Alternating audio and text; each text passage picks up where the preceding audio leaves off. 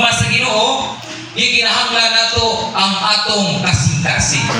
Pero kung mag-isgot ganita, may tungod sa pagtandog, pagpahimulos o pagdawat sa atong Ginoo, gikinahanglan nato ang atong espiritu.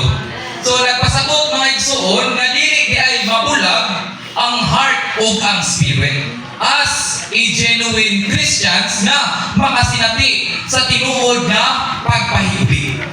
So most of the time, especially sa kasaysayan mga igsoon, dagan tayong mga Kristohanon ang nahigugma sa Diyos pero wala mulawat sa Diyos. So dinhi mga igsoon, makita nato nga kulang lang. Dito na po tayo pipila ka mga Kristohanon nga mo pahimulos sa Diyos gamit ang kasing-kasing. Uy, isegregate nato ni mga igsoon. Sa Book of Mystery of Human Life, ingon dito, ang Espiritu maoy kinahilagmang bahin sa tao na mukuntak sa espirituhanong kalibutan o mukuntak sa Diyos. Specific ang iyang purpose. Sama-sama tawa. Dili man nato magamit ang atong mata alang sa pagpanimari, alang sa pagpaminaw.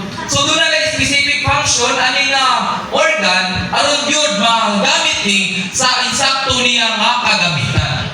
So sama sa atong espiritu, mga igsoon, ang espiritu ang atong gamiton aron gyud makatandog ta sa espirituhanong mga butang ug makatandog ta nganha sa atong Dios.